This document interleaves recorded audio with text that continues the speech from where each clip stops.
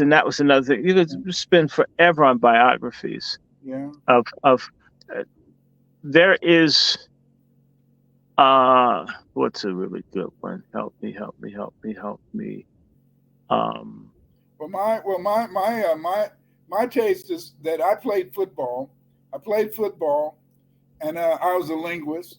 And so then my favorite biographies are about is Paul Robeson, and I, mhm, I I really admired Paul Robeson because of the fact, in the sense that he was everything that I was. He mhm. played football at I think Columbia.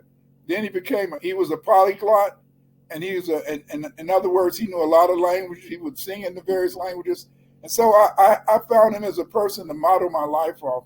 And He I think liked white women. what's that? He liked white women. I don't care if you like white women. I mean, some Okay. people, in a sense, like them white guys, but they like that Okay. musty dog hair. There's nothing You, wrong with it. you Nothing you wrong know, with it. And but you got to remember, why do they like white women? They like white women, in a sense, because they perform the best oral sex, but not a lot of sisters. They enjoying the crowd. So what can I say? But anyway, well, in fact, I they love Paul Robeson. Paul Robeson is um my man. Paul Robeson, in a sense, Paul Robeson. Remember, he stayed steady till his wife died.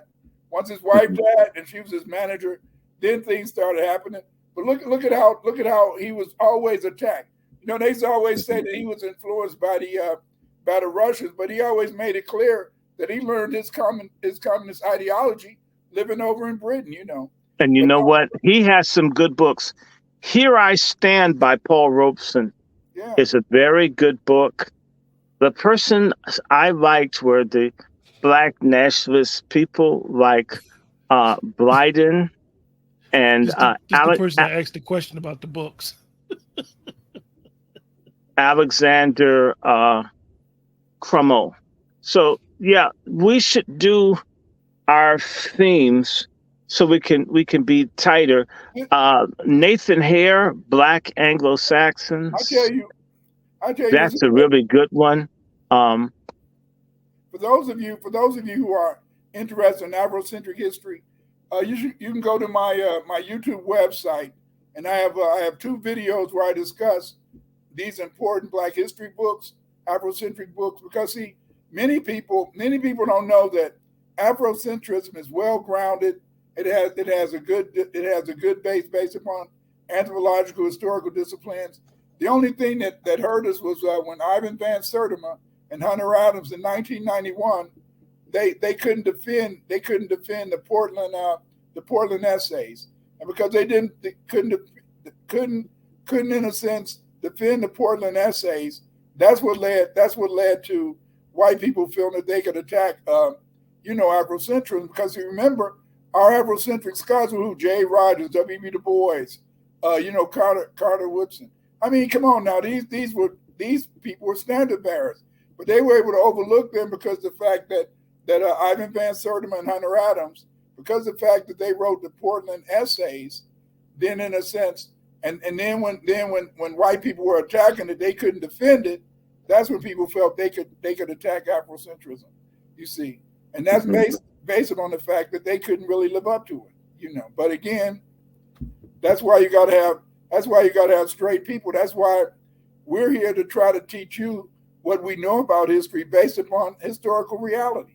And see, that's why mhm, a lot of times you guys may think that Dr. Short jokes a lot. Yeah, he jokes a lot, but when he's talking, every word he says is like a knife. Every word he says is like a certain scalpel, in the sense that he oh. cuts away the excess, he cuts away the lies, and he brings forth the truth. Bell Curve came out before 91. I think the Bell Curve came out in 89. But I left out one of my favorite writers, which is Carol Anderson. She's got a bunch of books too. She's out of Emory University. Eyes Off the Prize, uh, White Rage. She's she's like my favorite. You know how the Ozzy Brothers say, "Who's that lady? Who's that lady? Beautiful lady." That's this woman, Carol Anderson. she basically is like the ass kicking woman on the scene, her and Nell Pointer. The other, but just she puts out a lot of books on race, blacks and guns. Um, uh, Elijah Muhammad, we didn't really deal with religion much, and when you bring religious people in there, then it takes a whole different thing. That's right, because like Elijah Muhammad used to say, you got to watch out for the devil because he's evil, because he's vile, because he's ill. So one of the things, the black Muslims back in the day, they were philologists in the sense that they used to like to use words, and so they took the word evil and then they broke the word evil down from evil. Then you take away the E, you got vile. Then you take away, in a sense, the V, you got ill. And so the European, he was evil, the devil, viral, ill. And see, go ahead.